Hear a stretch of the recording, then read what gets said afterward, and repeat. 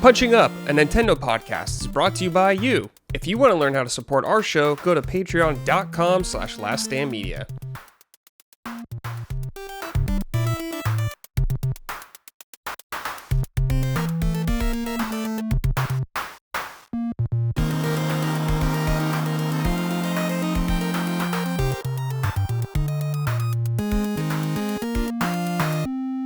Hello, everybody. Welcome to episode 89 of Punching Up, Last Stand Media's weekly Nintendo podcast. I'm your host, Brad Ellison. Joining me, I have one of my co-hosts today, Mrs. Micah Moriarty. Micah, hello. How are you today?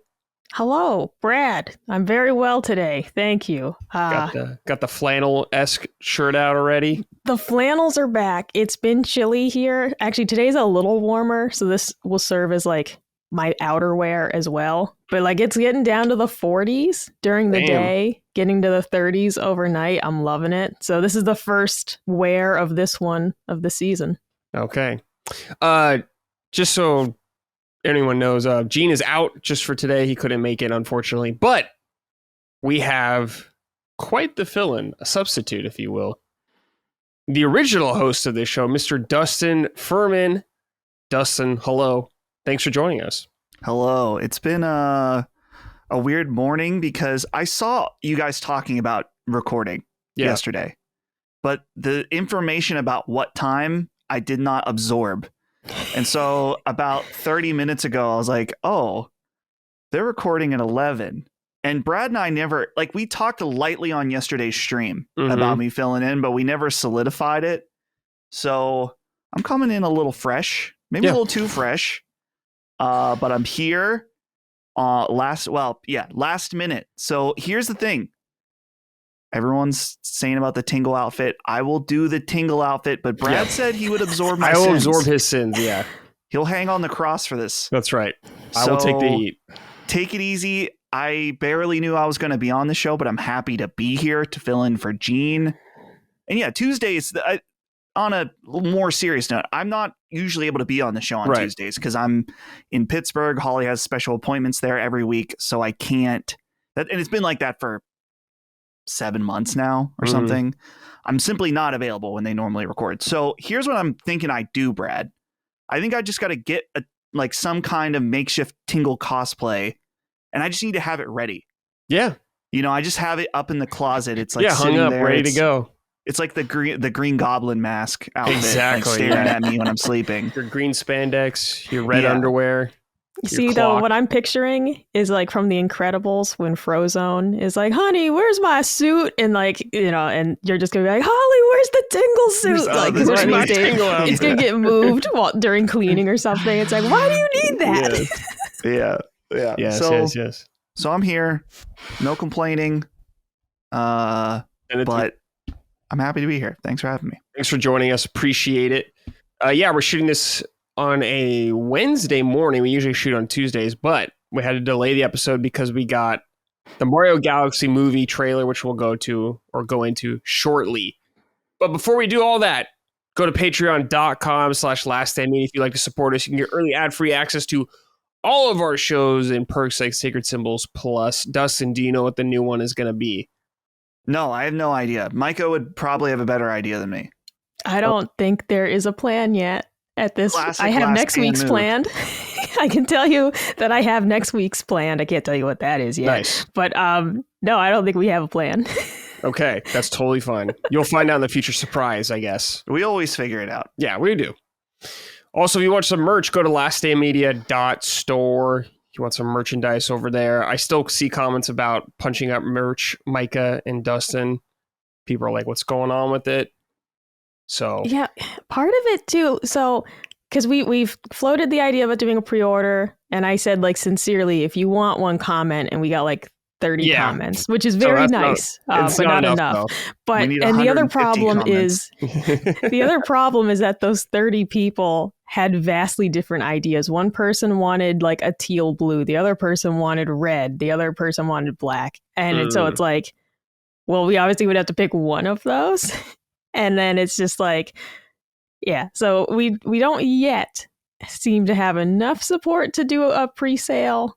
And also, we would need you guys to like agree on what it would look like. I think, truthfully, red with the white logo, like a red stealth tee, would be the absolute best. But I'm not a man, and I understand that most men don't dress very flashy, and that's not a fault. It's just an observation. Right. Maybe what we should do, this has been Last Dance thing since the beginning, is that I don't know if we've ever posted just the high resolution logo, but we've always supported that people can make their own merchandise with our logos. If that's more ideal for you or whatever. The only thing we ask is you don't sell the merchandise that you make with our logo. So we can put it out there if you want the high resolution punching up art, and that way you can make your own shirt for it. That would be totally fine as well. Yeah. Show's never getting merch. Give it up. Sorry. I'm just kidding. I don't know. We'll see. Let's see here. Life Well Wasted wrote and said, "Greeting punchers. I've been playing a lot of Pikmin Bloom and have been walking on new trails or paths along neighborhoods. My question is, how many times should you greet or acknowledge fellow walkers?" In the same walk, or I assume, like you're going out on a walk. Yeah, this is a tricky part, Dustin, because it's like, are you seeing the same people every day? Right. Yeah. Or do you say hey to every single person you see? I would say one greeting per day. One greeting per day. You can't do that, though, because I'll tell you exactly why. Like, so Colin and I, when Colin does his walks, he does 4 laps. It ends up being like 6 miles. I'll sometimes go with him for the first 2 laps, so 3 miles. We will see one person, kind of wave, and then you'll see that same guy 20 minutes later. And now we won't say like hi again, but you kind of got to do a little like, milady, tip of the hat or something, like, because it's just too weird to be like, you got one already, Now it depends on the neighbor, because we know these people somewhat. Like there's this one guy, he looks a lot like the black guy from Ghostbusters, and he's really cool. Like he's this really cool dude, like in his 60s. He wears this like tactical like backpack type thing, like a camel pack or some shit. He's got these like fucking cop sunglasses on. The dude looks fucking sick. That guy, he always has headphones in. That guy, we do a little like nod, never speak to him. And then if we see him again, just a little nod, But it would feel weird to like keep walking by them when you're doing 4 laps. Or like if somebody's on their front porch and you keep walking by and they're sitting out there for 2 hours, it's like, what am I? So yeah, it depends how much you know these people. Around the neighborhood? Like multiple laps? I mean, like it's a big circle. So like it took a little planning, but we devised the best route so that 1 lap is 1.5 miles, and then like 2 laps is 3. Colin on a nice day will do 4 laps.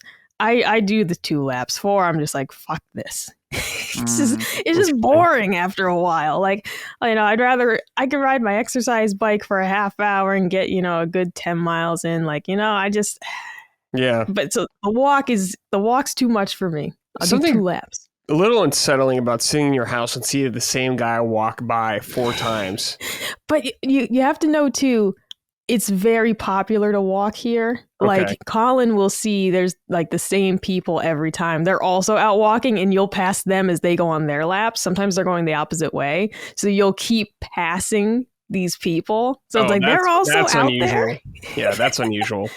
Oh, yeah. It's a lot of people with dogs in this neighborhood. It's actually more houses with dogs than without. So a lot of people are just out walking all the time. And then there's like this older couple that we always see. They clearly walk a lot. There's this old man who walks for hours a day, because one time I saw him and he was like, I don't know, probably like 2 miles away from the neighborhood. And I'm like, wait a minute, like that's how far out this guy goes? Like that guy's probably out there walking for 6 hours a day, just wandering.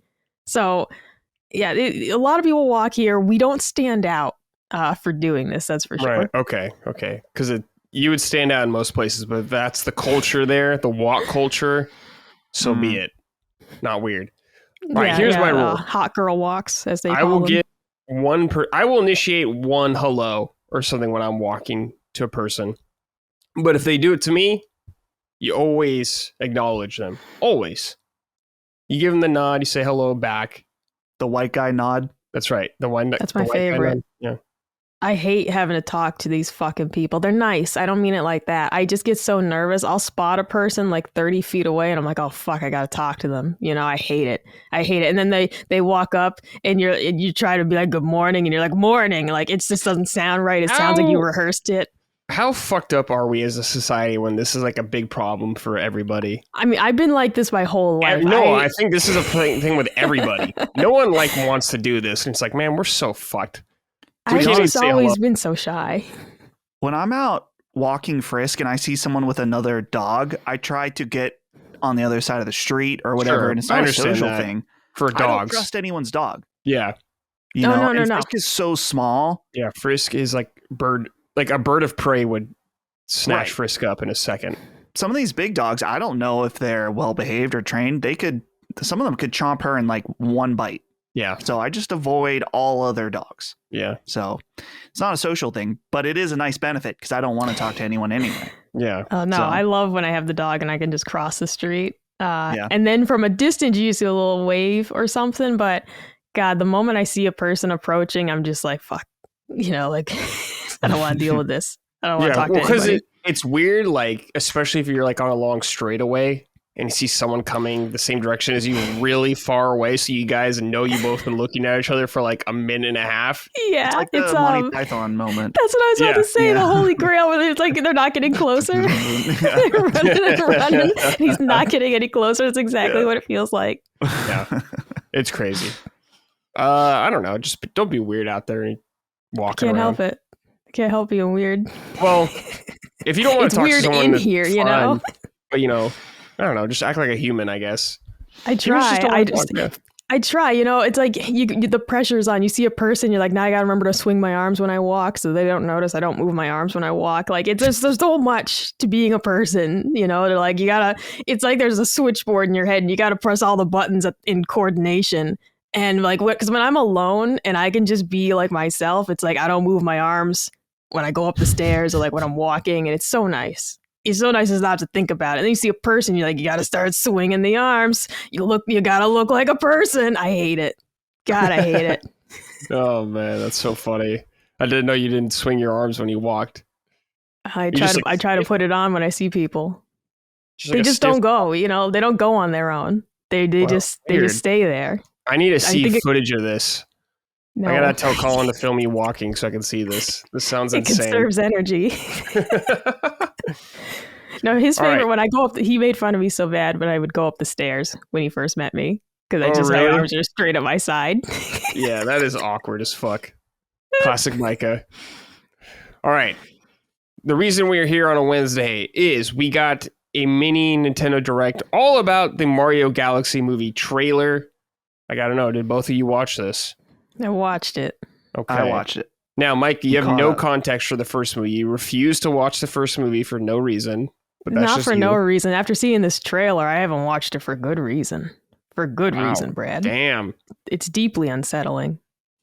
They're not supposed to talk. They're not supposed to fucking talk. It's what do you weird. Mean? Mario called Bowser gay in N64. No, I know, but they're not supposed to go on in sentences, They're not supposed they're supposed to do a wahoo. That's all you're supposed to get. And a letter. They write letters. They're not supposed to speak. And you got to get with the times, Micah. Times are changing, boomer. I don't like it. Everyone's going to be talking. Because don't call me. I'm not saying it's bad. I just don't like it. It's like it'd be like if they changed Big Bird. Well, they did do that once. Big Bird was different before. People don't remember. Big Bird was different once. But anyways, it'd be like if they changed him again. And you're like, that's not my Big Bird. And Not my Big Bird. Okay. Well, they got to evolve a little bit. They got to change. Hey, in the games, they still don't talk a lot, though. But you can't just do a movie and not have them talk. No, you can't. I simply wouldn't have done the movie. Now we're all on the same page. Okay, I understand. Yeah, of course. Dustin, what did you think of the trailer? Trailer was pretty good, pretty cute. Bowser, of course, Jack Black. Honestly, it wasn't cringe to me. Some of the stuff in the first movie, it's like Illumination cringe. Right. And it's very clearly like there's the interaction with like the little mini Bowser and Mario and Luigi. And It still feels very Illumination in its humor, but it was fine. And you know, I like the sexy Bowser. Yeah, I was gonna say, Micah, did you like the that sexy part? Bowser? Maybe, the painting. Yeah, maybe awoken something within us. Within I can't the cheat on people. Ganon like that. No, Right? Because actually, I made my own Bowser painting meme, and I'll put it in the staff chat for you guys. Oh, good. Oh, Micah's. I'm prepared to be horrified. Do you see the ones I posted? One that Zenard started this, so I had to ask who that was because I was like, "What's the meme here?" I had no idea who it was. I'm like, "Who are these people?" Yeah, that's good. Yeah, that one he just did of Ganondorf as well is very good. That's Micah's fantasy. I'm curious what you think, Brad, because overall, the trailer was fun. We got to see, you know, some random Mario. We'll just say, I don't know if it's even a cameo, but like it had the blooper in it, and it had those little tiny guys. What are they called? Tiny guys? The Lumas? The stars? No, this sounds bad. It's the little tiny black guys. Oh, the little ninja dudes from 2. I want to say, I can't remember what they're called. I'm a fake fan. Yeah. But yeah, it was fun, and we got to see Rosalina and Baby Bowser, so pretty cool.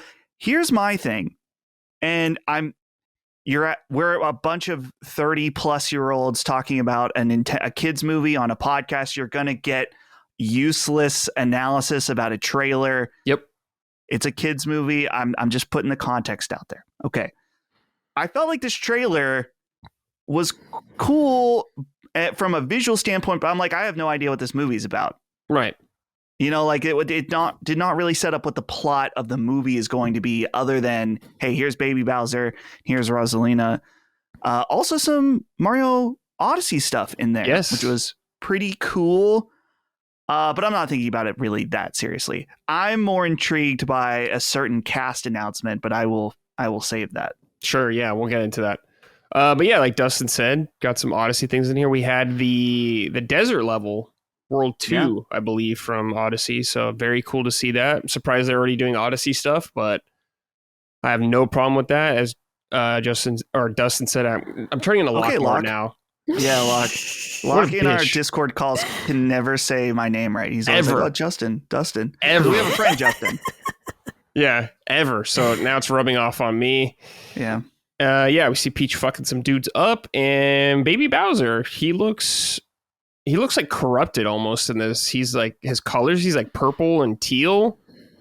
I wonder if that's just like some paint effect on him, but happy to see Bowser Jr. make sense. And of course, Rosalina, we see one of the boss fights, she fucks up from Galaxy. So she looks OP in this movie already, but very happy. You can't have a Galaxy movie and not have Rosalina. It just wouldn't make sense.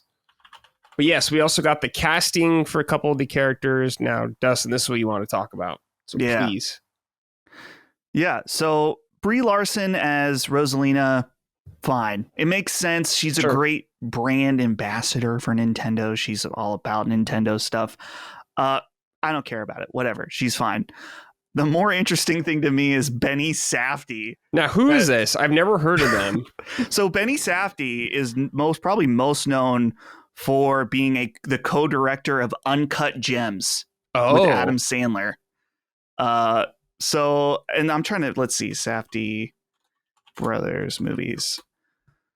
They're most well known for Uncut Gems, but they've directed other movies as well, like Good Time with Robert Pattinson is probably the other well-known movie. Happy Gilmore and more 2. Recently, Benny Safdie co-created a show with Nathan Fielder called The Curse that I highly recommend. He's also in it. So that felt a little bit like the last cast announcement for me, where it's like, what the fuck, you know? Yeah. Benny Safdie, as Bowser. He sounded fine as Bowser Jr. I mean, it's just like a random pick. It's just super random, I guess. You're just like, the fuck out of everybody. Benny Safdie, man. Okay, was not familiar with his work. But yeah, we just got a little bit of a teaser there. It was always fun to see Miyamoto say Chris-san. And I think Jack Black called him Chris-san as well, which was very nice. And he was freaking out about Galaxy. But coming out in April, I want to say. I think that's what they said, so not too far. Micah, are you going to watch the first movie before this? Because we're going to make you watch this movie. I know. My Brie Larson boycott will come to an end. I know, sorry. I guess I'll... Are there songs in it? They sing? No. No? Okay, They don't sing all anything right. in it. I'm halfway closer than to watch. I guess I'll watch it. Their faces are so unsettling. Micah, like, Peach's face is unsettling. I'm not getting confidence from this reaction. You sound like... listen, as a longtime Sacred Symbols co-host, I've been with Colin a lot, and I've heard him say, yeah, I'll probably do that. I know what that means. No. I don't, I haven't had to watch I haven't watched a children's movie since Paddington came out. And Paddington's nostalgic, so I'm like, I'll watch that, but I haven't watched any of the other ones because I'm like, that was enough, for a lifetime. It's very good. Paddington's very good. But I just... I'm not one of those people who's like, yeah, I'm gonna go watch Toy Story 5. It's done. I'm old. It's over. I don't want to do it. When Colin had to watch Frozen for Knockback, he's like, you want to watch it with me? I was like, I've been avoiding this for 15 years. I'm not watching it now. I just hold up a minute. Yeah. Kids video game, good. Kids movie, bad. Oh, absolutely. We all know that. I mean, like, let's just talk about it's about the cringe humor. All right, you play Super Mario RPG. You played that's perfectly good. It's the exact same. Some kids movies are good and great and designed for kids and adults, but lean towards kids. And it's the exact same way for games. You're right, but you said this was cringe. Well, no, he said actually this wasn't cringe. He didn't. No, the first one had some Illumination cringe. So, like, I mean, I'm just not. Listen. I like the Minions. I'll watch the Minions movie. My copium is that they saw that the only negative feedback, maybe not the only, that the highlight of the negative feedback of the first movie was Illumination cringe and the modern music in it. So maybe they're going to learn from that. I doubt it. Though why should they? The movie made so much money. Like, what do they actually need to learn from? No, exactly. I'll watch it. Okay, I'm just letting you know. I sound like the guy from Baby Steps. Yeah. He's like, no, I'm fine. If you don't, we're going to bully you on this show relentlessly every week. So just be aware of that. Won't forget. How long is this movie? How long is the first movie? It's like an hour and a half, Micah. It's probably shorter than one of your fucking football podcasts, right? Yeah, those usually go for about 90 minutes, 2 hours. Yeah. I can listen to that 32 instead, minutes. Though. Oh, God. It'll be like the second movie I've watched all year. Sorry, you got time. You got till April. Speaking of what time running out, Colin's running out of time with Kingdom Hearts, and I know he hasn't started it again. So we'll see about that. We'll see about that. If he doesn't do it, it's not happening. I think he's saving it for Christmas break, and I'm like, great, you're going to ruin our Christmas break with this. It's going to bring some joy to your life, your miserable Scrooge life. No, we're happy, like Mr. Scrooge was happy until everyone started harping on him all the time. A bunch of fucking griefers come into his life. Yep. He was perfectly fine the way he was. The moral of the story is that Mr. Scrooge shouldn't interact with other people. He should just stay to himself. I've never seen it. I'm not even quite sure what it's from. I don't know who he is. Tiny Tim doesn't make it. All right. Who's Tiny Tim? Spoilers. You don't know what you're talking about, Micah. I don't. I think It's a Wonderful Life. Is it that one? Is it not that one? I don't know what's happening anymore. What movie is this? Christmas Carol. Or Christmas. I haven't seen that either. Muppet. Here, just do Dustin. Wait, you've never seen any version of the Christmas Carol? Any version? No. I think I saw like there's like a Rugrats version where like they're like, this is what would happen if Chucky didn't exist, and they were like, some stuff kind of sucks, Jewish. right? The Rugrats are Jewish, I thought. No, not all of them. No, Chucky's not. They're half. Okay. I think they did both. They always did Christmas and Hanukkah. But is that the story where the guy? It's like, if you didn't exist, this is what the world would be like. Is that the one? That's part of it. Part of it. The ghost and all that stuff. The Christmas past or whatever. Dude, classic Micah. Oh. If I haven't seen it, I don't want to watch it. If it's new, I'm not different from Colin in a lot of ways, Mike. And maybe you two are perfect for each other. Oh, absolutely. Both stubborn as fuck. Well, hey, give me a little grace. I didn't have Christmas as a child, so that's true. I have seen a handful of like classic Christmas movies, but I didn't start celebrating Christmas till I was 18 years old. And it's like, there's a lot to catch up on. You know, there's so much Christmas to catch up on. I know. Well, you're 45 now, so it's time to get caught up. All right. Now, wait, Micah, if I recall correctly from me when I was the host of the show, did we discuss you're like anti-Muppet, right? Not anti. No, I like the old men. Anti-Muppet. You know? I like the old men characters. They're funny. I'm not anti-Muppet. I loved Muppet Babies as a child. But if there's a Muppet movie coming out tomorrow, I don't want to see it. You got to watch Muppet Christmas Carol this year. Does that have Michael Caine in it? Yes. The famous American actor? Yes. Very American. Full-blooded American. That was one of my favorite moments. I think that happened this year of me finding out Michael Caine wasn't American the whole time. That was really funny. I mean, how could you have seen anything that he's in when he has this insane British accent? You're like, he didn't read as British to me. I thought he was just like kind of talked kind of weird. British Cockney accent. Yeah. I don't know. I've only seen him in Batman, I think. So like he just kind of, I thought he was just doing a butler thing.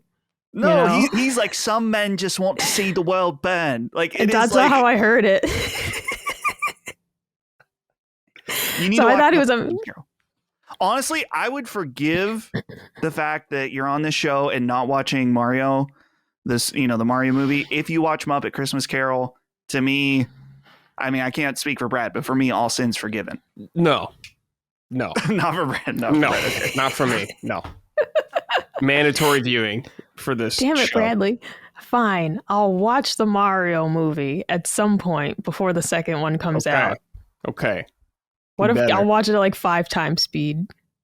Don't be like our listeners. 5x speed. Don't do that.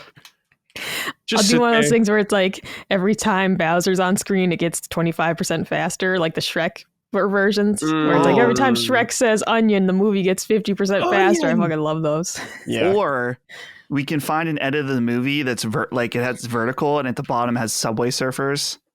You know, or like a Minecraft parkour video, and then the top is to keep you entertained. Yes, 4x speed. Yeah, give me some brain rot at the bottom. Yeah. Children, yes, exactly. People falling down. My Instagram, dude. I didn't use Instagram a lot, right? And then I started finding these videos of people falling down, and I watch them. Now all my Instagram is people falling down. It's fantastic. I love this app now. Instagram's very good at that. I was just talking about the other day. Mine, I get constantly fed people either throwing up. Oh. And then every once in a while I'll get people like shitting on things or like behind like in a park or something. That's no good. Dude. That's no good. And I guess I keep watching them. Some of them are very funny though. You know? No. I like the people falling down. Those are my favorite gym fails. Oh, I love a gym fail. Oh my God. Those are scary. Those are great. Dropping Sometimes they are. Sometimes they are. Or their neck or something like that.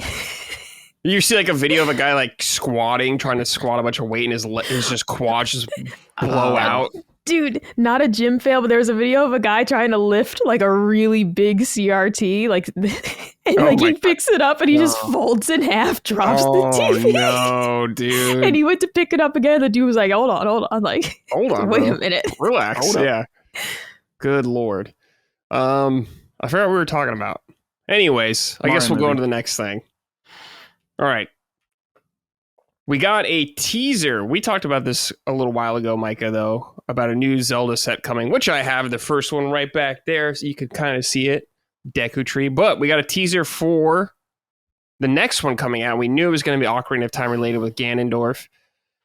But this is not the scene I expected it to be. I thought it was going to be the scene with Link and Zelda and Ganondorf up top with his organ and all that kind of stuff in Ganondorf form, but it looks like it's going to be the final fight at the end with Link versus Ganon in Ganon form, the big pig form with Zelda behind the Rings of Fire. And dude, Lego Ganon as Ganon, that's fucking sick.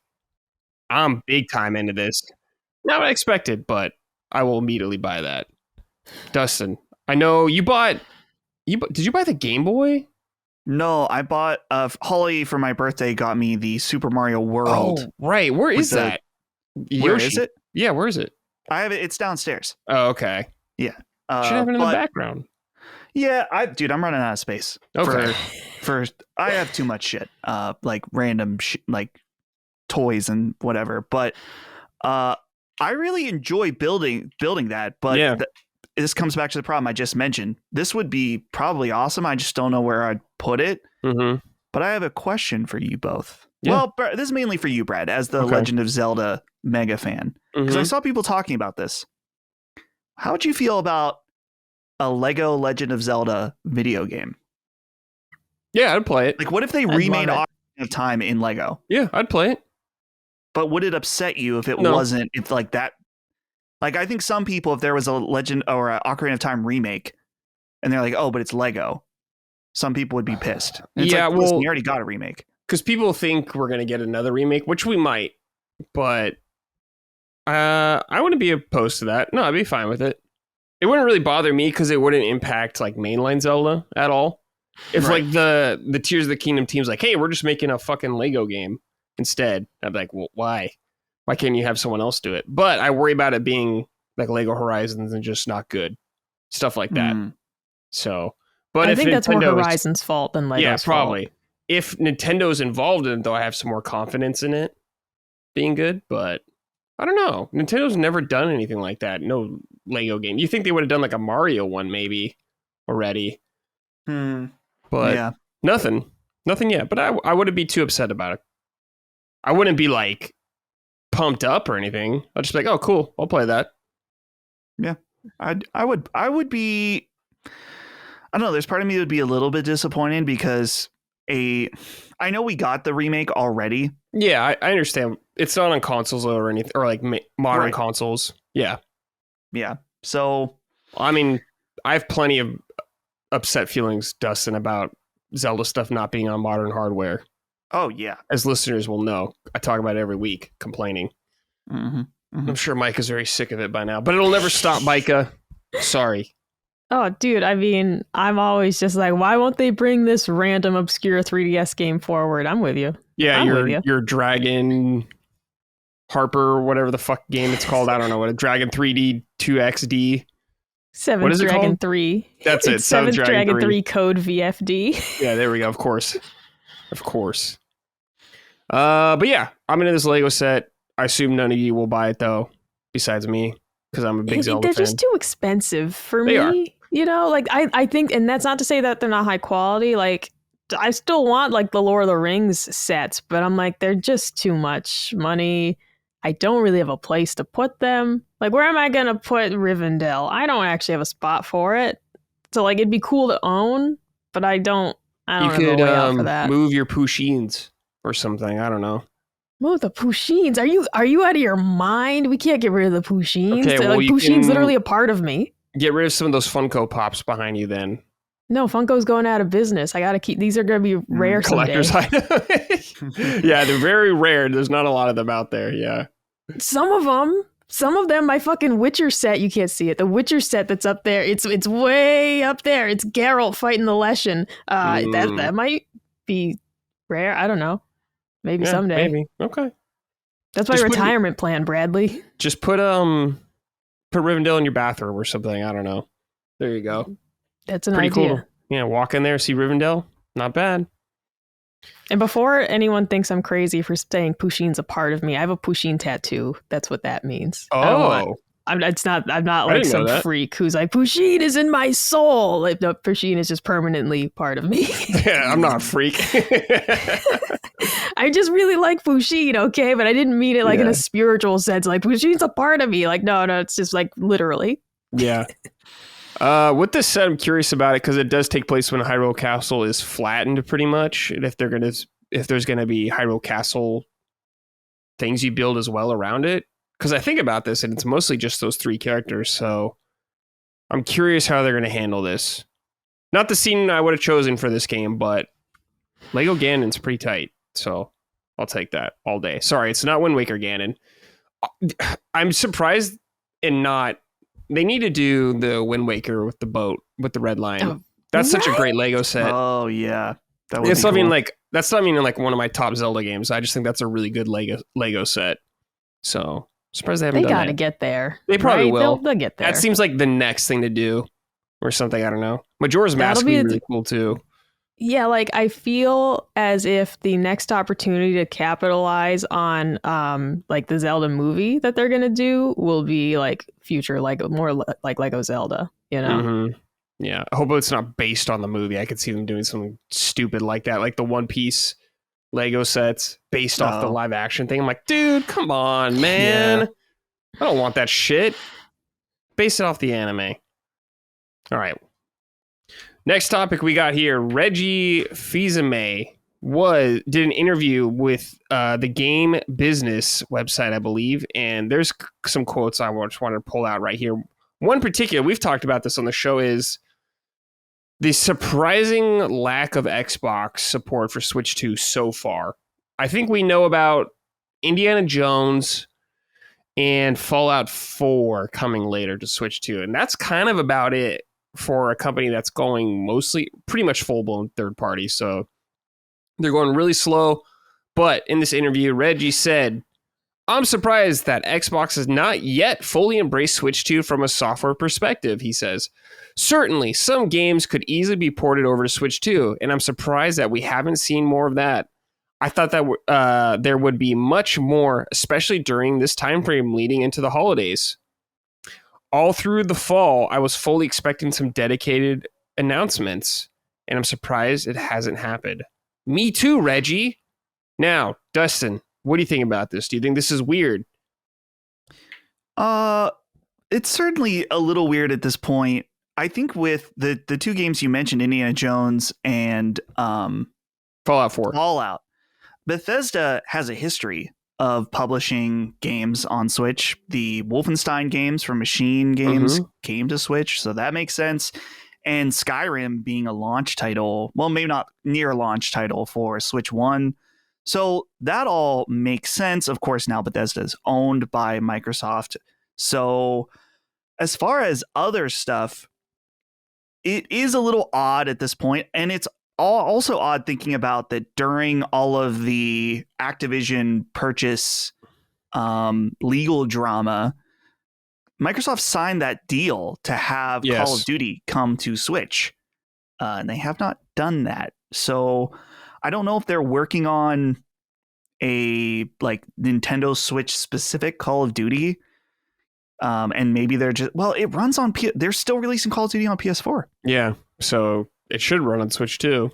So yeah, it absolutely should run on Switch too. So I don't know what they're doing. And I'm trying to think like what other, like Hi-Fi, I guess they don't own Hi-Fi Rush anymore. I'm thinking about the games that first came to PlayStation. Right. Like Pentiment, Sea of Thieves. Those all seems... Pentiment is on Switch though, right, Micah? Yes. Are you playing? Okay, so they did do those. And I think Grounded is on Switch. Let me double check. But I think that is on Switch. I feel like we got Grounded. That's the bug game, and it freaked me out too much to play it. Yeah, that is on Switch. So no Switch 2 version, but yeah, those are on Switch at least. But yeah, Halo is not going to be on Switch 2 that we know about, unless it comes later down the line. What about Gears? I mean, Gears felt like that could have been an easy... Sure. You know, they're just doing a remaster, just get, I'm not saying it's easy to just whip up a Switch 2 version, but no, but they were, the moment for it like was here, right. It's like, yeah, you put it on PlayStation. Why not both? Mm-hmm. Right. Yeah, it is weird that they haven't done it. I don't think it's a thing that every reason I think of to try to be like, oh, well, it could be this. I then play devil's advocate with myself because it's like, it's not a resource issue. They can find, there are plenty of teams that they could hire to do these ports. And now they have Halo, and they made a big deal about Halo coming to PlayStation. I mean, imagine if it was just all PlayStation, Switch, Xbox all at once. Yeah. That would be crazy, but they're not doing it. Yeah, not doing it for this. I don't know. Are there any future candidates that we know about Xbox is cooking up that could be good for Switch 2? Like, realistically, it's like, I don't know if Fable will run on this. I'm not sure. It could or whatever. Forza Horizon 5 is not on it as far as I'm aware. Or 6 that's coming out, I mean. So, I don't know, man. Is it just going to be really old, like backlog games, I guess? Hard to say. Yeah. I mean, I feel like Forza Horizon, even if they ported the last one, Yeah. That would have been awesome. But Microsoft, maybe it's a dev kit thing, because wasn't there all this stuff about a lot of devs Yes, not there was having... rumors about that, something, but Bethesda got it, I guess. Are they the only Xbox studio that got it? I don't know. Yeah. Like no Diablo 4 on Switch 2 or anything. Diablo 3 was on Switch. I don't know. Unless they're saving that for like the next expansion. Yeah. That doesn't even make sense to me though, because it's Microsoft. Like, yeah. I'm sure Nintendo is like, oh yeah, please, we'd be happy to give you dev kits so you can release your once exclusive games and we can make millions of dollars off every sale. Yeah. Like it can't be that. Yeah. Micah, what do you think about this?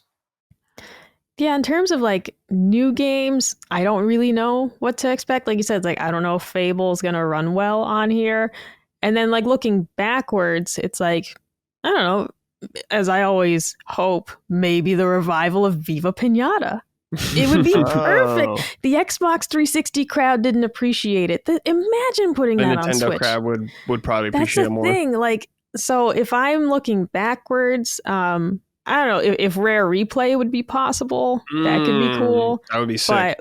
But Viva Pinata would be my number one like pie in the sky wish for them to put on Switch, because I think it would just be fantastic, and I think it could just give the series a whole new life, basically.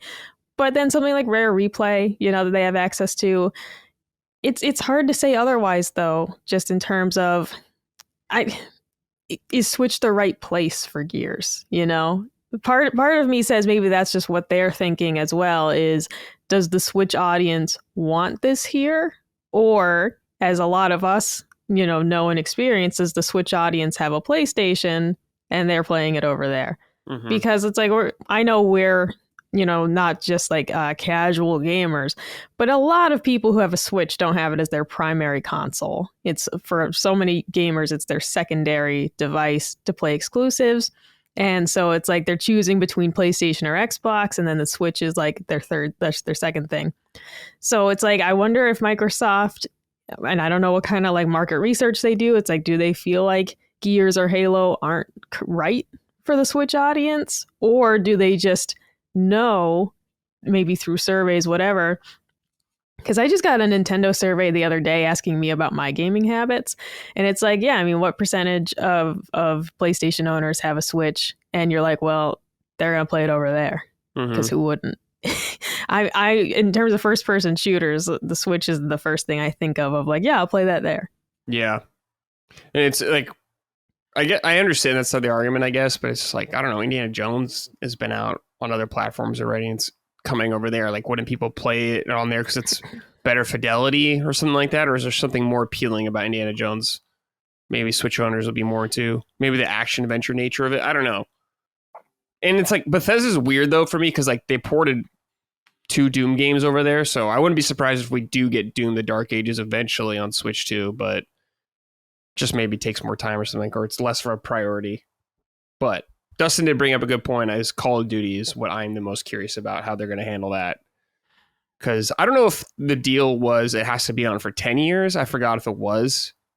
But I just knew there was something about Call of Duty having to be on Switch at a point. Clock's ticking, Phil. Insert the rabbit meme, if people are still doing that. Looking at his pocket watch. So, I don't know. We'll see. But yeah, I guess I'm just surprised about the lack of Xbox stuff on Switch 2 for now. But maybe next year it'll ramp up. Think we'll get Starfield on it, Dustin? Probably. Well, I think it would run. You might be able to get a 30 FPS version of Starfield on Switch 2. Because I don't think Oblivion Remastered's on Switch, is it? Let me double check.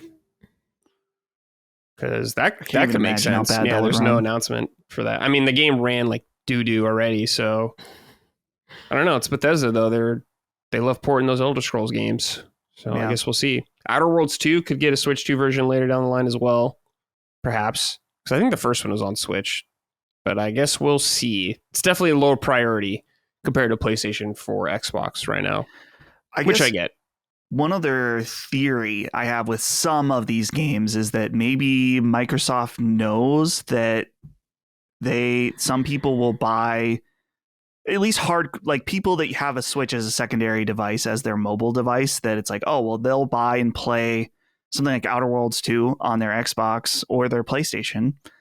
And then we can sell it to them again if they want to have a mobile version on Switch. And then we can reach the Switch audience. Why split it now when we can get some double dippers later? Yeah, that's a fair point, Dustin. Very fair point. All right, let's move on to a story I know you're both very excited about and very happy about. Pokemon Pokopia. Got some info on this. First of all, out March 5th. Publish. Oh, this is your guys' favorite part. The first published game from Nintendo. That is a key card. Now, let me read this from Aaron Rodgers. Hello again, gentlemen and Lady Griller. Do you guys see the game key card Nintendo's posted? It confirmed that Pokemon Pokopia is a game key card. This is disappointing and confusing at the same time. It's made by Koei Tecmo, who just released Age of Imprisonment on the card. Who's at fault? Nintendo? Pokemon Company? Somehow Game Freak? Anyway, what are your thoughts? I'm going to go get sucked off by Kirby in a less gay way. Oh. There's no non-gay way to get sucked off by Kirby. Sorry. All right. Micah, let's start with you. Game key card. Are you thrilled about this news? No, it's disappointing. I mean, in terms of like a slippery slope, it's like, what the hell, Nintendo? I thought we had like an agreement here. You fools. This was, it's only a matter of time. Yeah. So now this is a game I was iffy on in the first place. This will not influence my purchasing decision. It's not that big of a deal to me. It's disappointing, but it's inevitable. But it is just like, it sucks. And it is confusing. Like, yeah, where's this coming from? I don't know. Mm-hmm. I don't know. I don't like it. But I'm also not going to yell at people on Twitter, over it. But it's not great. It's not great to see. And it just makes me think like, all right, how long until they're just all this way? And then how long until they just stop doing them altogether? This is probably last gen. You get it, maybe. Dustin, what about you? You're a big enthusiast of physical games. Right. Like Listen, Micah. I got to pop off. All right, go. Do I have permission to pop off? Oh, you got permission. Here? I'm breaking the seals. Go on ahead. Game key cards, because Micah alluded to this. Micah alluded to this earlier about being harassed on Twitter for game key cards. So game key cards are annoying. Absolutely. And I have a theory about them. I was telling you guys this in our staff Discord. I don't have enough information yet to, like, I wanted to do a video about game key cards. I wonder if it is a case where the Switch 2 requires the faster micro SD card, right? And in addition, we have developers, and whether or not you want to believe them fully, that's up to you. But like with Final Fantasy VII Remake coming to Switch 2, they were like, listen, the Switch cartridge is not fast enough for the game. So I was thinking about this and I'm like, I wonder if Nintendo is just kind of fucked with their storage situation where it requires to have faster memory on the card than Switch 1. That's going to be more expensive. And also, Nintendo, while they are the producer of these cards, they are not the producer of the memory on the cards. They have to work with different companies in order to get that memory. And so they kind of maybe are in a bad situation where it's like, these are the sizes we can get. Maybe we can eventually push the people that make the memory to make them in various sizes. But even then, that still doesn't change the fact that the faster memory is going to cost more money. And is it possible that there's a situation where Nintendo is just raking in the cash on the cartridges themselves? It could be. I mean, there's a history there, particularly with Nintendo doing that kind of thing. But I think that they're just like, well, we went with Switch cartridges for Switch 1. People really like that. We're now into a new era where we need them to be faster. We need them to be bigger. And our options, we kind of have our hands tied at this point. And so the options are either only release digital or release physical games with a code in them, which everyone hates that, or we figure out a solution where we can kind of meet in the middle because it's just not feasible. And maybe, I don't know. I can already feel the corporate bootlicker comments with that. But from what I've seen of devs talking about like how much the Switch cards cost and what the memory is, that seems like the likely situation for me. As far as it being a Pokemon Nintendo first party game, I don't understand that at all. Why this would be the case, why they're not doing a game key card and just eating the cost. Unless the memory is just getting more expensive for them as well. Like these components change prices all the time. And this is not going to be the last Nintendo first party game key card you see. Nope. This is just the beginning. It could be that as well. Last thing I'll say is stop being fucking weird about game key cards. Yeah. We all hate them. We all don't wish that this was the case. But for those who don't know what Micah and I are referencing, when Dragon Quest 1 and 2 HD came out a week or two ago, Holly was interested in it. And I was like, well, I could just buy it digitally, but it will be nice when we have two Switch 2s and maybe we want to share it between the two of them. I know you can do the digital family sharing, but I find it annoying. I'd rather just have a cartridge that I just pop between the two. I'm like, well, this is the option presented to me and she's interested in it. I'm just going to go buy it. But, apparently a purchase is violence of you're supporting the system, man. And I get that. You do have to vote with your wallet, but it's like, chill the fuck out. Direct your rage at Nintendo, not random people on the internet, whether it's me or I've seen it for other people too. I saw a tweet, like an innocent tweet. It was like, I picked up this game. And all these replies are like, oh, game key card. Chill. Fuck you for buying this. I'm like, whoa. Fuck you for wanting to have fun. It's insane. So chill out. And that's it. I'm done popping off. Thank you, Brad, for that. Oh, let me rub the wound a little bit more. Sure. For all you key card fanatics out there who are anti in it, it's over, dude. It's over. Yeah. Physical games are dying, sadly. I've accepted that a while ago. When Switch 2, when we learned about key cards, I was like, okay, it's over. I've been fully digital on Switch 2 now, all my old Switch games are physical. It's happening. You're a relic. I'm sorry. You got to accept reality. It's going to happen. It's going to happen to one of your beloved first party games, your Marios, your Zeldas. It's going to happen. You got to learn to live with it. And don't yell at people about it. Don't be a fucking weirdo. No, because Dustin, when we talked about this, like what I had said was it's frustrating when just a purchase you make as a consumer is seen as like, I 100% support what the company's doing. And it's like, no, it's just that I want this item and this is how it's offered to me.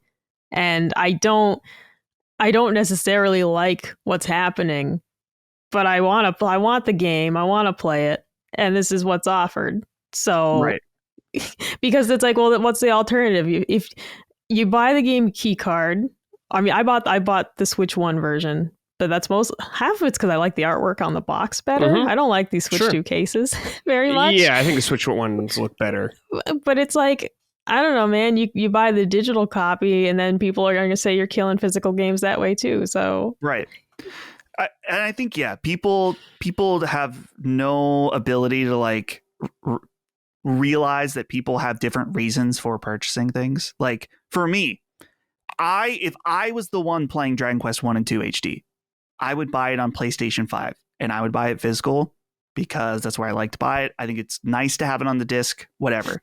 But this game was not for me. It was for Holly. Holly wants it on Switch. And it's funny too, because some people are like, well, it's a 30 FPS. Why do you need it at 60 FPS? Like, it's a Dragon Quest game. So I did a little test because Holly normally does not care about these things, where when she was playing it, I was like, put it in the graphics mode and just see what you think. And she did. And she's like, oh, no, 60 FPS way better. And I'm like, see?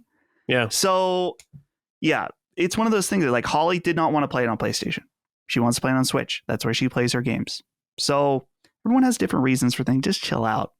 And none of us are happy about it. None of us physical collectors are happy about it. But Brad's right. We are on the way out, and we can try to support physical games as much as we can, but there is a reality that we must deal with.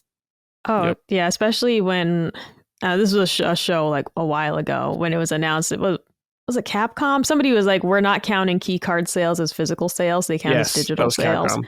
And it's just like, it's just one of those things of like, even buying those, they're not counting it as physical sales. They don't really give a shit about the key cards. They don't want you to buy them. They don't want you to fucking buy these. They want you to move over to digital, and because the price will stay the same and save them money. So it's happening. It's happening. It's all happening. All right, guys, let's move on to what we're playing. Dustin, what are you playing? For me, the only thing I've really been playing is Arc Raiders. I probably should play something else in the next few days because that's all I talked about on Sacred. I guess one thing I can talk about now that it just came out is I've been playing Luminous Arise. Yeah. And man, it's awesome. It's not available on Switch 2 yet, unfortunately. I would assume it would come to Switch 2 eventually because Tetris Effect made its way over there. But yeah, if you're familiar with Tetris Effect, this is from the same team that made that, but it is their own puzzle game that Luminous originally came out on PSP, I think. Yeah, it sounds right. But it's the same kind of aesthetic where it's like there's really cool music, really cool visuals going on. There's like it's called Journey mode, but it's like a campaign mode where you play through all of these stages. And it is awesome. If you love these kinds of puzzle games and you like Tetris Effect, you absolutely have to check this out. I don't think I like it quite as much as Tetris Effect. I think particularly I like the music better in Tetris Effect, and that's such a huge part of the experience. So, but even then, still, it's awesome. Yeah, you played in VR as well, right? Yes, there is a PSVR 2 mode, and it's awesome. It's crazy. It's like there's particle effects going everywhere, and it's super immersive. Tetris Effect, when I played it in VR.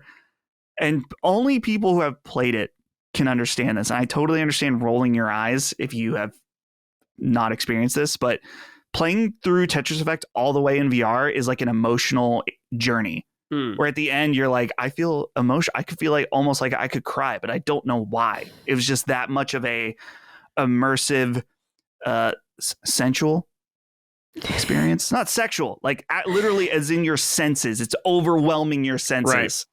So sure is.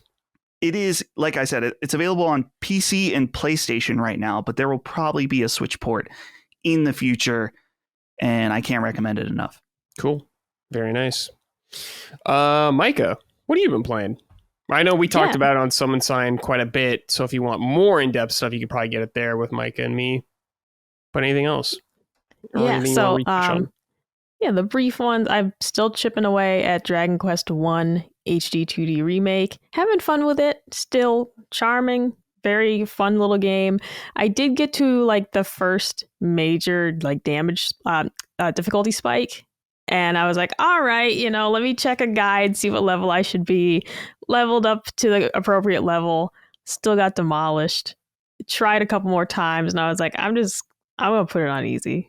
I don't want to grind levels anymore. Sure. You guys know me.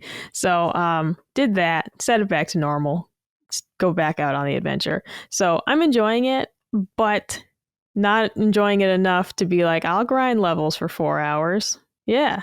Mm-hmm. It's just very simplistic. It's fun, but without having a full party, it's just very simplistic. And I just get to a point where it's like, I don't want to get burnt out. I don't want to feel like I'm bored with the game. I'm having fun with it. But for me to not end up being burnt out, it's like, we're just going to mess with the difficulty here and there because it's just so simple. It's fun and it's really well done, but it's very simplistic. And at a certain point, it's like, how many times can I cast Sizzle, Like how many times, It's still fun when you get like a new weapon and like, oh, shiny new armor, cool. But it's just very weird having one party member. Yeah. It's not that it feels lacking, but that's kind of the only word I can think of for it. Well, I get it. So I am enjoying it. I do plan to finish the game, but I'm going to fuck with the difficulty when I get into sticky situations just because I want to get through it. And then alongside that, I started Tales of Xillia Remastered, which I have never played that one. So I was very excited for this to happen. I like it so far. I'll say that the story is a little weird, just in terms of like your party member. I mentioned this on Summon Sign, like you get your party members and they just seem like they're instantly trying to be very close to you, but it's not organic. It doesn't feel like some other like JRPGs where it's like, oh dude, like we just went through like something incredible together, and like it was just kind of feels like very forced. Like these are your friends now. And you're like, all right. And it just doesn't feel quite right. I'm hoping that it gets better the longer that you play it, because I like, forming like a little bit of an attachment to my party members, to my little gang. But as of right now, it's kind of just feels weird. It feels very forced that they're trying to be like super close friends with me, and I'm like, I don't really know you that well, and I don't know why I feel this. Like the main character, you're kind of like, I don't know why you feel so obligated to help right now. You don't. What are we doing? Why are we involved? So I like it so far. The combat, if you've played a Tales game, it's very similar. You have your standard attack, you have your special arts, and in this one you've got these link attacks that you can do with your party members. It's fun. It's chaotic. There's usually multiple enemies per battle, so there's a lot going on, a lot of sounds, a lot of call outs. I'm probably going to switch the voices to Japanese at some point because I'm getting sick of them talking during battle. But so far so good. I'm very early into the game. A lot of management in here. There's a lot of like equipment. You have skills, you have arts, there's just so much to do in this one. Not to the degree that it's annoying, but it's certainly a lot more management than Dragon Quest I. So if you enjoy management, you're going to love that. If you don't love it, it's streamlined and the menus are very nice. So you can get that stuff done quite quickly. Like I compared it to Fell Seal on Summon Sign, which that's a game where I realized like I just sunk 20 minutes into managing this party. And that's a chunk of gaming time. It's not like that in Tales of Xillia. Not yet, anyways. Yeah. But I do like it. And I'm looking forward to chipping away at that some more too. Cool. For me, I finally finished Ghost of Yote. It took me forever because my gaming habits have been so sporadic and just weird, like because we're playing multiplayer games a lot, so I'm lose a lot of time playing single player stuff. But I finally got through the game yesterday and it was great. It was a really good game. I really enjoyed my time with it. There's still plenty for me to do in the game, but there's too much shit for me to play right now, so I will move on from it. But I enjoyed my time a lot with the game. I think it's probably better than the first game in most ways. I did like a lot of the characters by the end, so I don't know. I haven't played Ghost of Tsushima since 2021, I want to say, when they added that Iki Island, but they improved it a lot, in my opinion, here, with just the pacing and flow of stuff. Way less repetitive this time around, which I was happy about. But yeah, great game overall. I'm really happy to have finished it. So good job, Sucker Punch. And besides that, we've just been playing Arc Raiders like Dustin said. Yeah. And I think they just added a duo queue. So you can queue for duos now, which is great. Thank goodness. That's awesome. I've noticed in the game where if you are solo queuing, people are very nice. No one wants to mess around, get in a fight. I mean, some people do solos, but when you're in a multiplayer queue with you and 2 or 3 other people, first of all, if you're in a duo queue, you're most likely going to be queued with trios. Mm-hmm. People are way more feisty, and so you're just if you're duo queuing, you're just at an extreme disadvantage. So the fact that now there's a dedicated mode for that is good, very good. Yeah. So we'll keep playing that, I'm sure, because all of our friends are playing it right now. It's kind of the multiplayer game for right now. No one's playing Call of Duty in our group, as far as I'm aware of, right? I might be doing a video on Call of Duty. Okay, I don't know so yet. you might check it out. because I have no interest. I only played it because you guys did, to have fun with you guys. So, well, thanks. I thought we had something together there. No. Well, I don't give a shit about Call of Duty. I haven't for a long time, but I know people love it. So enjoy. All right, guys, let's move on to our next news topic right here. Yesterday, there was a state of play focused on Japan and Asia, mostly from PlayStation. And we got some third-party games here. One particular I'm going to talk about is Octopath Traveler 0 got a demo. And here's some info about it. So progress carries over to the full game, which Dustin said this yesterday. The best kind of demo. Wonderful news. And it lets you play through the opening of the game, the first chapter of 3 different story arcs from the Retribution story and the first chapter of the Restoration story, or for 3 hours, whichever comes first. And the game is out December 4th, which is a bad day. There's a lot of shit coming out that day. Metroid Prime 4 is coming out that day. Elden Ring, Night Rain DLC is coming out that day. There's other stuff coming out that day. So hopefully this game won't get forgotten like the second one kind of did. I know a lot of people played 2 and loved it, but it didn't seem to pop off as much as the first game. From a chatty standpoint, I don't know how well it sold, so I have no idea. Micah, I know you liked the Octopath Traveler games. Are you going to play this demo? No, because I'm already sold on it. Okay. Like I played when the first Octopath came out, I played the demo because I'm like, I'm not sure about this. Immediately loved it. I only played the demo for maybe an hour and said, all right, that's it. I'm sold. I will check out a demo if I'm really uncertain about a game. And I usually try to play as little of it as possible. Like, I just want to know if I'm going to like this or not. I don't want to play the full 3 hours and then wait for the game to come out. In this case, I know I'm going to get this game. I'm pretty confident I'm going to like it. So I'm happy they're doing a demo to hopefully get some more people on board. But they already have my money. Mm-hmm. I'm pretty sure I pre-ordered this already. I got to double check now to make sure I did. But they already got me. Yeah, they got you. Dustin, any interest in this? I have only played a little bit of the first Octopath Traveler game. And I love the visuals of these games. Mm-hmm. But gorgeous. I just couldn't get into it. So yeah, I quit playing the game because I kind of got bored. I played like 20 hours and I was like, meh. I want to play Life of Elliot. Oh, dude, that demo was sick. Adventures of Elliot. I keep calling it Life of Elliot because I think it's funny. Yeah, but I don't know if anyone else thinks it's funny. Yeah, that game was sick. Actually, I'm stoked for that game. Way more than this. Can I ask, like, what did you guys not like about the first one? Because like the second game is structured very differently. Story was boring. Okay. Oh.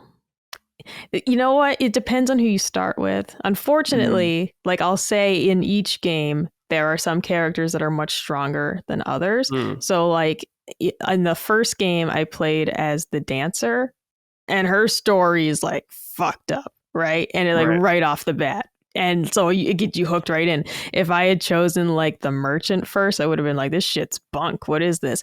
It's true that some of the storylines are really high stakes and some of the other ones aren't.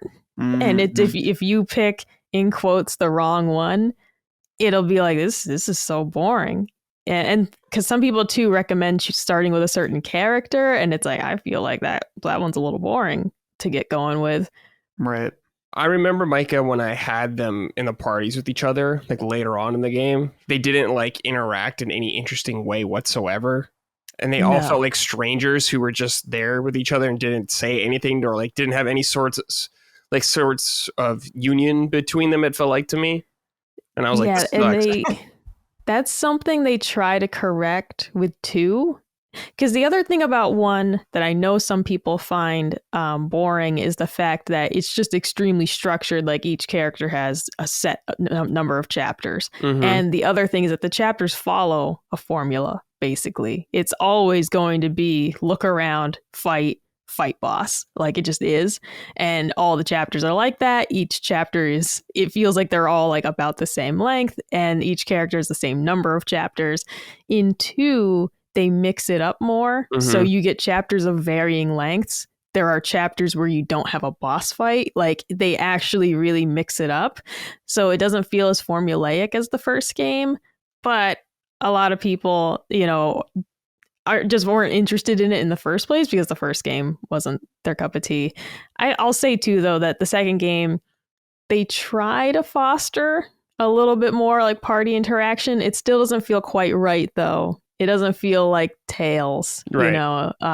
Where you're like, we're all best friends. Like, it doesn't really sell it to me. They try, but I will say, like, it still doesn't 100% sell it like some other, like Persona or something. Yeah, of course. Like they don't feel that buddy. It to be that dramatic, but I just remember there was like nothing really. No, you're 100% right. That is it's a weird thing that they couldn't somewhat script that better, because it's like, of course, you can go in any order and you can pick up any character like in whatever order you see fit.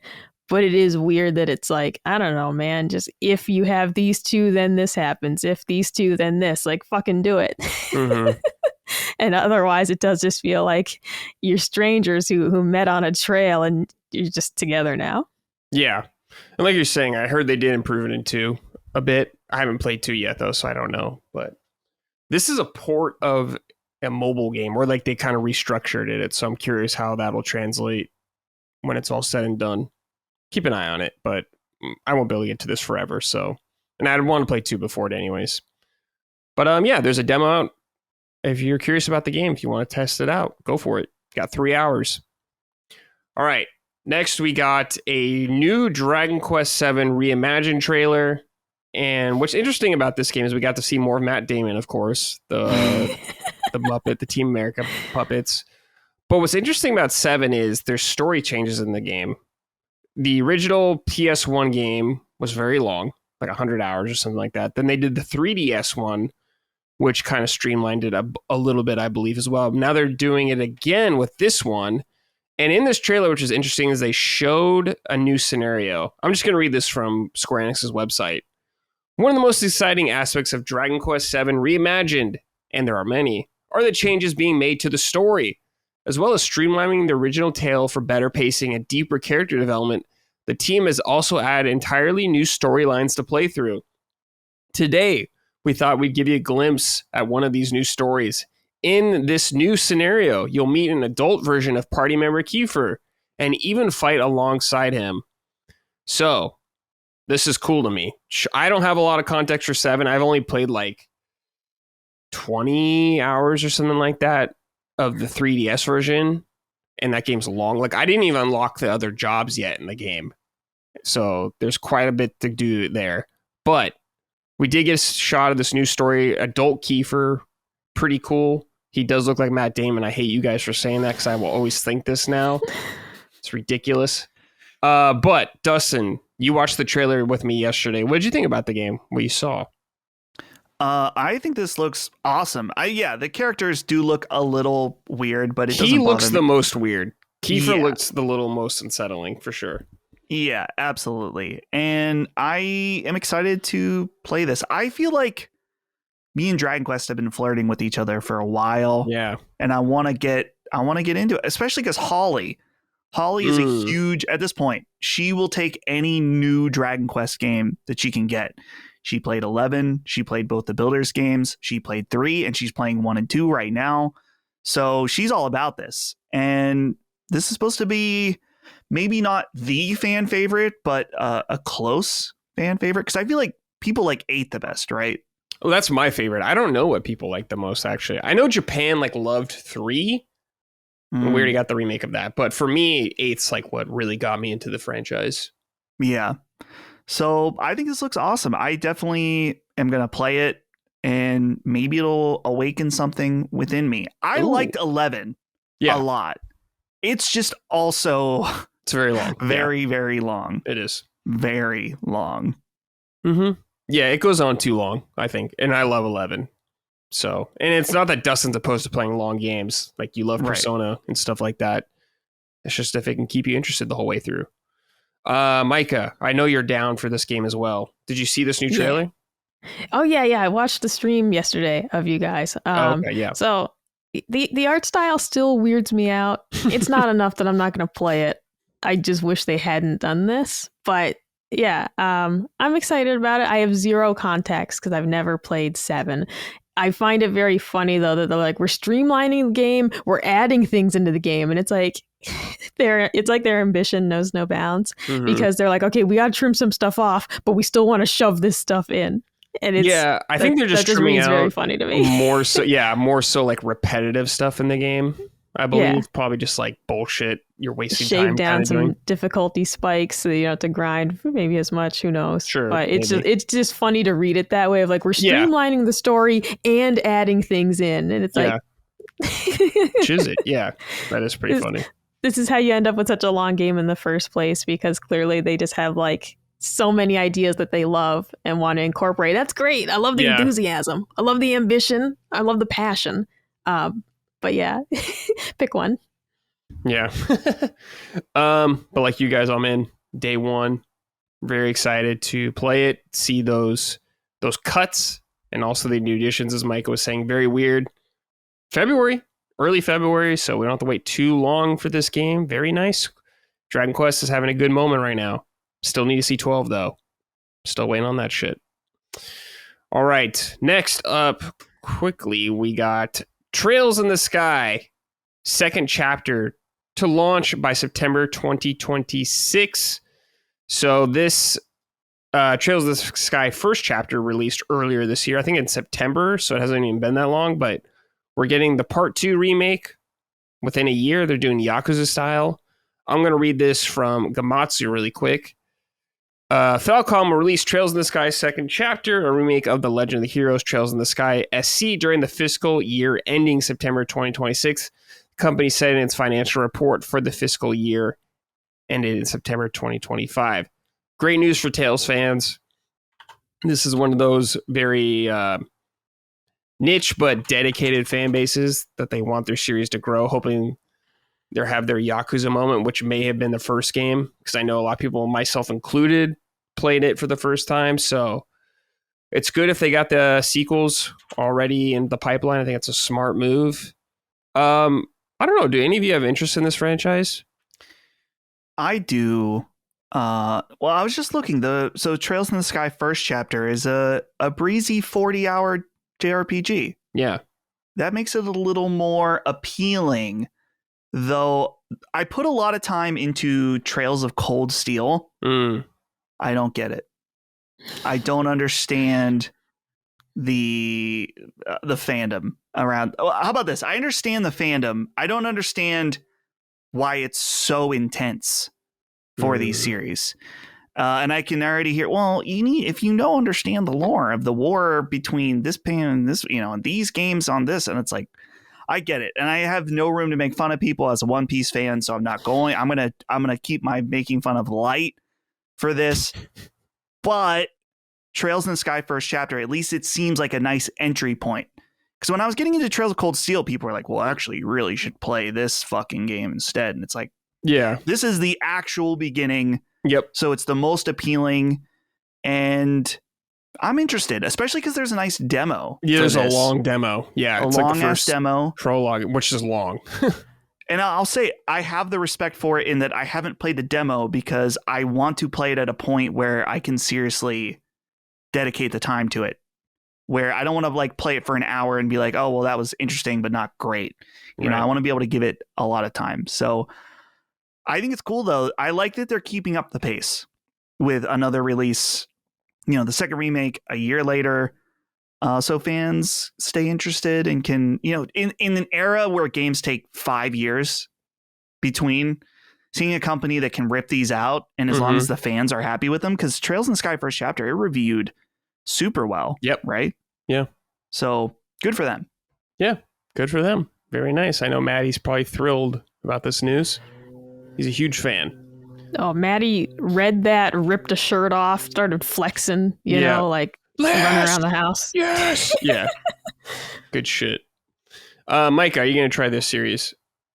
I don't think so. I watched Colin play one of the games, like a year ago. Dustin, do you remember when he did that? I don't know which one it was. Yeah, it was Trails of Cold Steel. Okay. And I just didn't feel interested in it. I'm not sure why. And I own that game for Vita, actually, and never got around to it. So I'm not sure why it doesn't look appealing to me, but maybe I would check out the demo. I just feel nothing for it when I see it. Thrilled for the fans, though. Yeah. All right, let's move on to our last quick little news thing here. But Nintendo released some of their Black Friday plans. So if you are hunting for some Nintendo deals, they got some. Here's just some of the games they announced. These are, I think, the game discounts for these. As far as I'm aware, the only game discounts, but they got some other stuff too, like the micro SD cards. But from November 29th. Wait, from now through the 29th, you could find deals starting at $29.99 on the following Nintendo Switch games at participating retailers. We got Nintendo Switch Sports, Mario Odyssey, Paper Mario: Thousand Year Door, Splatoon 3, Peach Princess Showtime, Donkey Kong Returns, Zelda Echoes of Wisdom, Luigi's Mansion 3, and Kirby. What is this Kirby game? Kirby something deluxe. It's not Forgotten Land. I have it, and I can't read the text. It's the one I have. Is that Kirby? Oh, what the fuck is it called? Return to Dreamland Deluxe. That's what it is. Okay, I just want to see all that. I could think of was, I was like, Kirby Star Deluxe, Kirby, and I could not think of it. I played that game, and I have it. It's very good. Yeah. And it also says this Cyber Monday, score a $20 discount on the following micro SD Express cards for Nintendo Switch 2 systems. So if you want a new micro SD card or SD Express card, you can get a sale there. I'm not really sure if they're going to be doing any other like digital sales for games. Like I don't see any Switch 2 games on sale. These are all Switch 1 titles. But these are some really good ones, like Mario Odyssey, amazing. Donkey Kong Returns is super fun. Zelda Echoes of Wisdom, Micah's beloved, is great. So good. Luigi's Mansion 3 is really good. So there's a lot of games on here that are really good. So if you have not played these games yet and you're looking for a deal, you don't have to wait that much longer. So you can check that out. I was just looking because it's not fine print. It says it big. Some of them are 30 and some of them are 40. Okay. So Switch Sports, Odyssey, Paper Mario, and those Splatoon 3. Those are $30. Oh, okay. So, dude, Odyssey for $30. Yeah, if you haven't somehow played that yet. That has a Switch 2 update as well. That's free. Yeah. So you can get that. The $40 ones are Princess Peach, Donkey Kong, Zelda, Luigi's Mansion 3. It's crazy. Luigi's Mansion 3 is one of the $40 ones. Huh. And then that Kirby game is $40. Oh, really? Yeah. I'll say, though, that Kirby game gives you a lot of bang for your buck. Like, there's a lot of levels in it. And in addition to that, there are just other modes that unlock after you beat the game. So, like, that game has a ton of content. Okay. Oh, also, there's some amiibo on sale, including from the Zelda series, Tulin, Unobo, Riju, and Sidon. Street Fighter 6, Jamie, Kimberly, and Luke. And just some amiibo card selector sets will also be $10 off MSRP. So there you go if you want some of those amiibos. A lot of information there, though. So they put out all that kind of stuff. So if you're curious about what Nintendo's got on sale for Black Friday, looking for some games or some amiibo, there you go. Dustin, recommend one thing on this list. Mario Odyssey. But I feel like, that's everyone should already knows about that. Goes without saying. Low key, Splatoon 3. Splatoon, I have a soft spot for it. That's a game that I wish I could dedicate more time to in the multiplayer, but because every time I play, I'm like, this game's good. It's fun. You and I, Brad, played some Splatoon 3. A little bit of Splatoon 3. Years ago. A Nintendo franchise I just cannot get into for some reason, as much as I try. I respect the hell out of it, though. I see the appeal. Just doesn't do it for me. Well, Dustin, just become a Splatoon YouTuber. Then you can dedicate all the time in the world to it. Dude, not a bad idea. Oh, it's a terrible idea. But no, I think you should just do that, Dustin. Fuck everything else. Yeah, I mean, my last video kind of flopped again. So time to make Splatoon content, dude. Splatoon content it is. Jimmy always says, Jimmy's always like, you shouldn't make Nintendo videos. It's too hard. It's too hard to break into Nintendo. So I'm just going to lean in all the way. Yeah, all the way. And Splatoon only. Exactly. Sounds like a good idea. All right, let's end the show with some write-ins from the audience. If you want to write into the show, I usually post a thread every, Sunday? Calling for your submissions? Yes. So keep an eye out on our Patreon. This is from Eugene Aka. Good day, Gooners. I remember eating shitty Nintendo cereal when I was a kid and trying to convince myself that it was actually half decent, when in reality it was nowhere near healthy nor tasty. What are all your most memorable bad Nintendo products that you might have tried convincing yourself otherwise? Thanks for the show. I'll hang out my Christmas lights and listen. The Wii U. Damn it. I know so many people are furious right now, and I just said that. The hardware sucks, dude. It does. It's so it bad. does. Having been the person who set up a Wii U earlier in the year to be like, I might play this. It was such a fucking hassle to get this thing up and running. And it was just so clunky to be like, you got to use the gamepad right now. And it's like, all right. And then it's like, I just hated the experience of trying to set this thing up. Like, just let me use the fucking Pro Controller. Just let me use it. Yeah. It's no good. It's no good. I will say that it's cool that you can use Wii backwards compatibility on it, at least. Has the little menu. Yeah. So I respect it for that. Hey, Dustin, look at this. Can you see what it says right here? Dude, the game trailer's Wii U, man. Yeah, that's right. That's sick. I got it back then. I just busted it out recently because I'm playing something on it. And yeah, I hate it. Yeah, I hate the system. Great games on there, but I hate the system. Horrible. Yeah, Dustin, what about you? I have a controversial and a non-controversial answer. Okay, the controversial one is I remember buying Nintendogs for Nintendo DS. Oh, don't say it, Dustin. Cute. Don't do this to me. But it's boring. There's not much to do in the game. You're not a little girl, Dustin. I love dogs and I love little like sim games too. But I just remember being like, oh man, I could have bought something else. You know, I could have bought something else and now I'm stuck with this game and there's not even that much game here. So Nintendogs. The other one is Animal Crossing for the Wii. Oh yeah. City Folk stinks. And I remember it not being very good, or I just wasn't into it like I was the Nintendo DS Wild World. Wild World was sick. But the stupid microphone, I remember my girlfriend in high school, I think she got me the microphone and she got one too. We used that thing one time. Yeah. We were like, this sucks. Yeah. Dog shit. Sucks. Nintendo, dude, I never want to talk to somebody on like without a headset over the internet, doing it over the TV. And dude, Nintendo's still doing that shit. Yeah. It's like, oh, you don't need a mic. It's like, no, you need a mic. Here, PlayStation does it now too. Yeah. So it's ridiculous. Those are the two things that came to my mind first.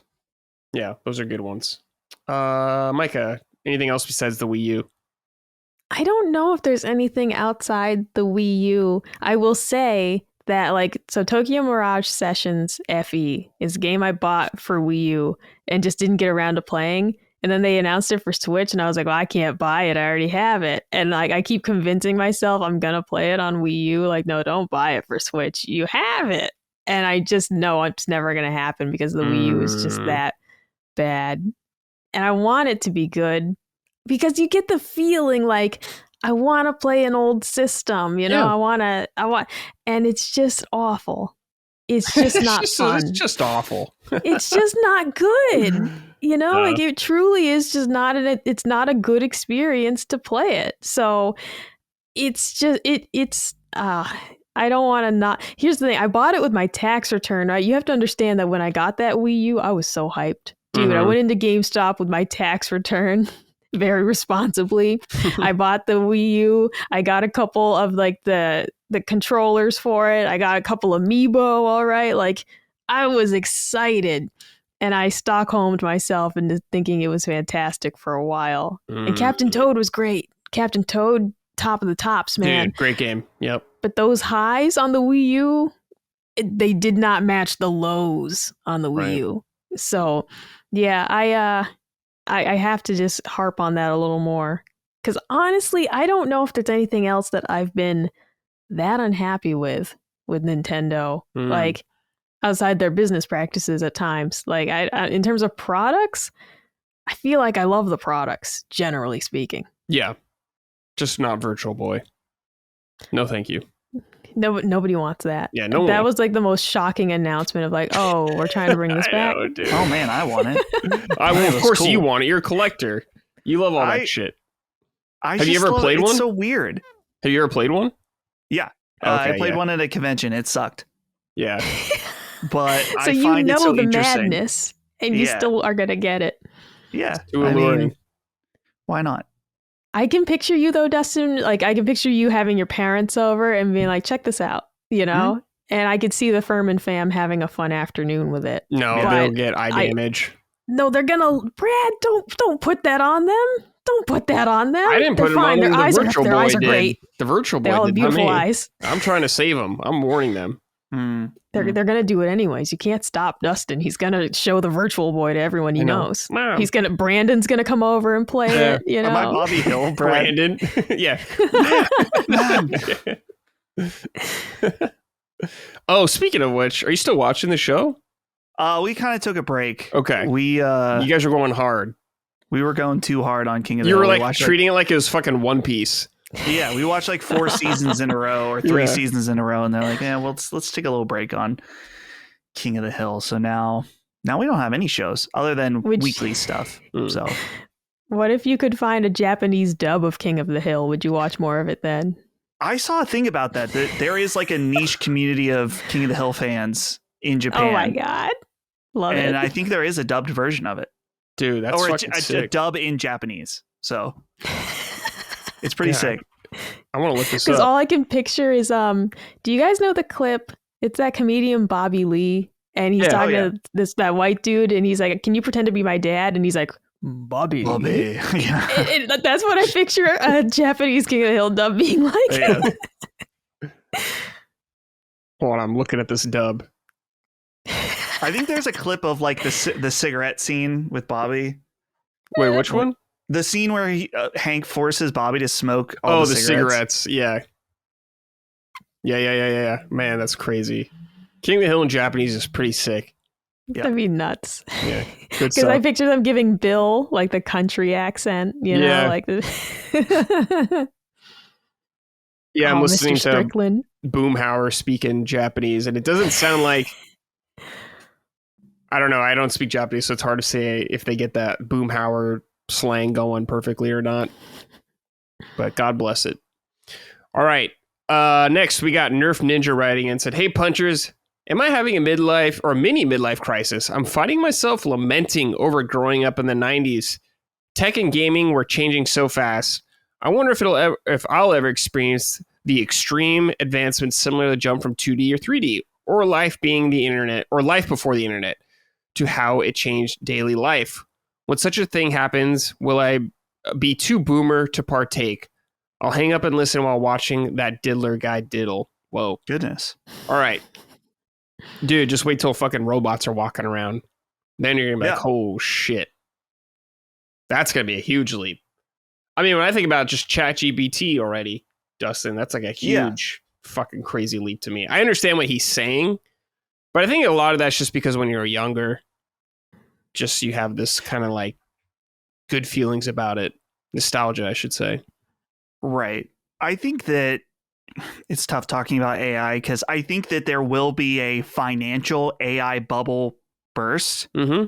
But I think there's going to be clear winners within that AI, for better and for worse, is going to change everything. It's going to be, it feels like to me, it's going to be like a new internet moment for us. So it's going to get weird, but feeling the nostalgia, talking about the nice things, like, oh, you're never going to experience the jump from PlayStation 1 to PlayStation 2 ever again, or something like that. That's true. And I think it's sad, but in other ways, there's still things that I'm continually impressed by in gaming. Specifically, like, and this is maybe too nerdy or too lame for most people, but When we switched to OLED TVs, amazing jump. I'm like, man, everything looks great. Having my 4K OLED monitor that does 240 hertz, amazing. Love it. And it's such a huge step up from, I have my old monitor here and it's 1440p LCD 60. And like having them side by side, you're like, man, that's crazy. Yeah. Night and day. Micah, what about you? Yeah, Colin and I were just talking about this because we were discussing in terms of music that my car doesn't even have a CD player. Yeah. And it's just like, man, I went from my sister's first car having a tape deck to my car doesn't even have a CD player. And so the jump has been pretty wild to see over these 32 years. But I don't know, in terms of like the question of like, will I be too much of a boomer to be involved in it? That's just up to you, man. Like, it's up to you if you want to stay involved in gaming and tech. There are certainly things that I have eschewed. Like, I don't want the smart house thing. I want a dumb fridge, like I definitely have my boomer takes of like, no, the fridge doesn't need to have AI telling me how to make my grocery list. I'll do that myself. I don't need it to have all these features. Like, there's already technology that I'm rejecting, Right. but it's just what you want to participate in. I definitely see myself playing games for a very long time. It's something I really like and want to stay up to date with. If Virtual Boy, though, became the next big thing, it's like, I don't want to say I was nervous when VR became more and more popular, but I somewhat was because it makes me feel so sick. And I had a moment like, geez, what if the coolest games are in VR and I can't play them? I am somewhat relieved that like in the console space, like PSVR, hasn't been a huge success. I know on the PC side of things, VR is still wicked popular, but I'm glad that in the console space, it's still like a niche accessory because I would be pissed if it's like, dude, there's this wicked cool game and I can't play it, So I think there are things I'll always kind of be like, that's not for me. And this I want to keep up with, like what I choose to say, I got to stay current because I must play that. But it is crazy. One of our neighbors has one of those robot lawnmowers. It's like a Roomba lawnmower. Yeah. It's fucking nuts. Just watch it. Just watch it go back and forth. And the dog hates it. The dog does not understand. And he freaks out when he sees it. Things like that. We talk about like robots walking around. It's like, it's starting.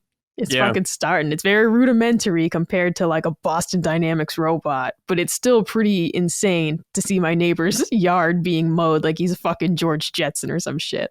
Yeah, I saw a little Wall-E robot delivering stuff. And I was like, what the fuck, dude? Oh, crazy. Dude. Like in my neighborhood, like around my neighborhood. I was like, what? This was sad, but I saw that one, I think it was one of those Waymo cars, like hit a cat or something. Oh, shit. And it, it caused a controversy about the driverless cars. And of course, unfortunately, roadkill just happens with drivers in the car. But it was just like people were incensed that the robot car was the thing that killed the cat. Shout out to the cat. We're sorry that our technology did this. But it's like, oh, geez. Yeah, the driverless cars, that fucking wigs me out, too. Yeah. All right. Last write in here from Austin Trevino. Hey, Punchers, quick question on that Zelda movie. What characters do you think are going to be Link's companions throughout the film? Assuming he'll have at least one annoying type fairy character with him, he'll probably have one or two more with him. Do you think they'll pick characters from different races, or is there a shot Zelda herself is the main companion? Cheers and keep up the good work. Interesting question. Dustin, what do you think? Who's going to be Link's companion throughout his adventures in the movie, aside from maybe a CG fairy? I'm having a major brain fart right now. Okay. The Children of the Forest. The Koroks? The Koroks. Well, not Koroks. Or the Kokiri? Yes. From Ocarina of Time? Yes. I could see it being one of them. Zelda, though, I feel like that would be interesting because then you could have a nice quest and like your two main stars. Yes. In the movie. Yeah. I could see that. That would be pretty interesting. I want it to be a Goron, though. Me too. Yeah. That would be sick. Yeah, a Goron is the ideal option. I think they're not going to want to animate that much of a Goron, though. It's going to be expensive. The worst option is a fairy, though.